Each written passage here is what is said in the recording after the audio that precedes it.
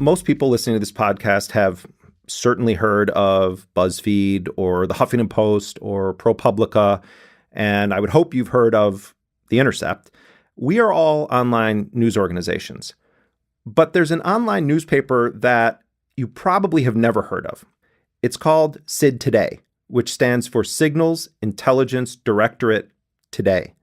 And the reason you probably never heard of it is because SID Today contains classified information, and it's published by the National Security Agency, and it's only available to NSA employees who have security clearances.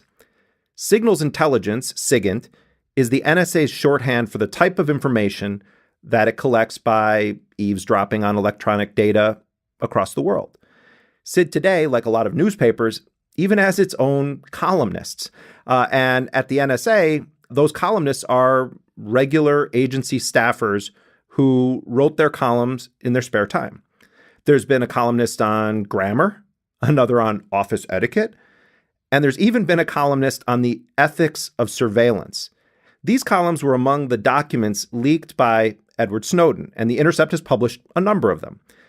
Now that brings us to the matter of this podcast. In 2012, the NSA named its new ethics columnist, whom the agency referred to as the SIGINT Philosopher, the Socrates of the NSA. He was a language analyst who had gotten a master's degree in fine arts in creative writing before joining the NSA. When the novel didn't work out, he decided to become a spy. My Intercept colleague, the terrific journalist Peter Moss, wrote an in-depth story about the SIGINT Philosopher, and you can read that story at theintercept.com. And Peter's story included excerpts of the first and probably the most intriguing column that the SIGINT Philosopher wrote for the NSA's internal newspaper. We asked the actor Bill Camp to perform this column for Intercepted.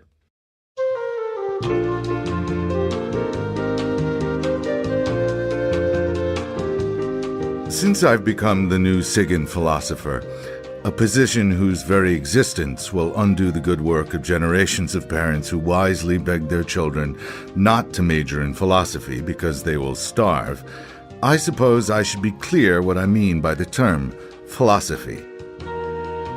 It is one of those words that can have many different meanings, ranging all the way from Plato to corporate mission statements to any kind of folk wisdom. Example, Andrew, I can't believe the Ravens blew that game. Chris, well, some days you eat the bear, and some days the bear eats you. Andrew, wow, man, that's deep.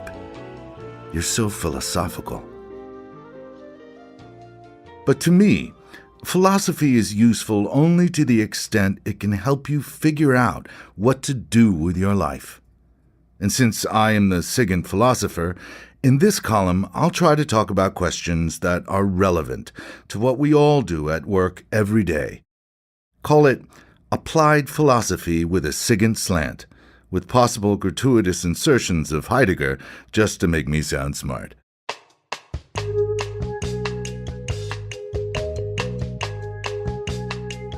One philosophical SIGINT conundrum that faces many of us SIGINTers is the feeling famously expressed by Herbert Hoover's Secretary of State, Henry Stimson, that gentlemen do not read other gentlemen's mail. While almost everyone would agree this is a hopelessly quixotic sentiment, and one doomed to be ignored by every nation on earth, I was surprised when I began working here to be assigned to a diplomatic target. Somehow, it didn't sit well with me at first that we, the U.S., would invest big money and effort into eavesdropping on the same people we negotiated with.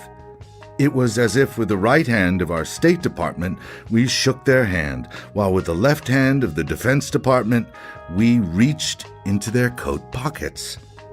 Surely, I thought, if there were any place in the world that idealism should rule and we should show voluntary restraint in our intelligence work, diplomacy was that place.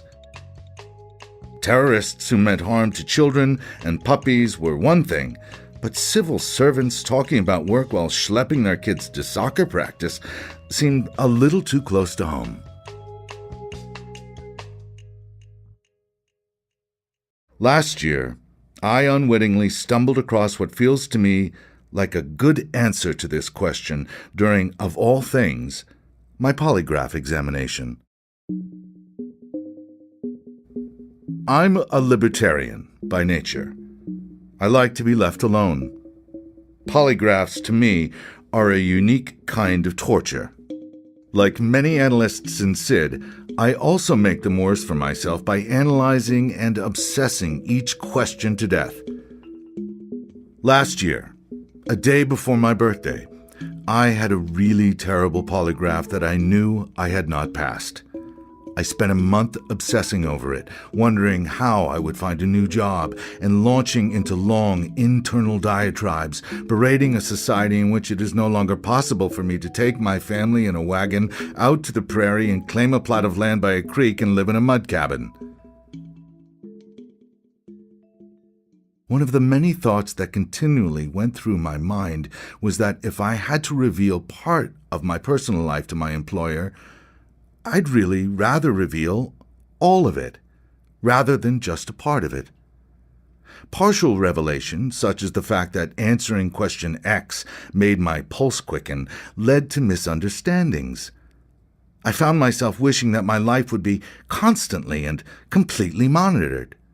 It might seem odd that a self-professed libertarian would wish an Orwellian dystopia on himself, but here was my rationale. If people knew a few things about me, I might seem suspicious. But if people knew everything about me, they'd see they had nothing to fear. This is the attitude I have brought to SIGINT work since then.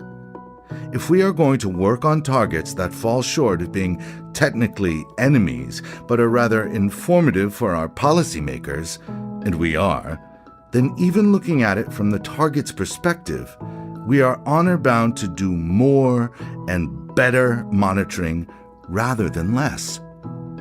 For while the U.S. does not truly have godlike powers, we cannot do all things, we do have extraordinary powers, and we tend to mistrust what we do not understand well. A target that has no ill will to the U.S., but which is being monitored, needs better and more monitoring, not less.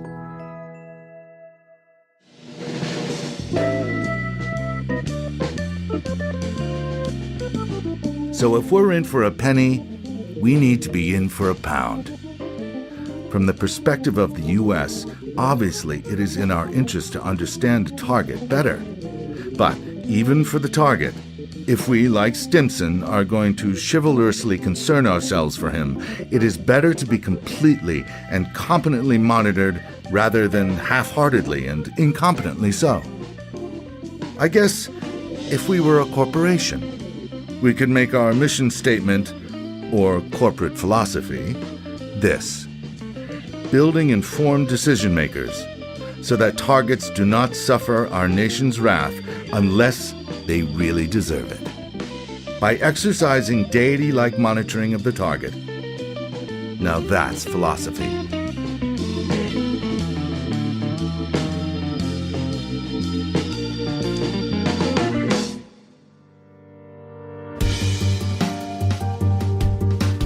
That was actor Bill Camp, performing a literal adaptation of the SIGINT Philosopher, a columnist for the NSA's classified internal newspaper, SID Today. Check out Peter Moss's reporting on this at theintercept.com.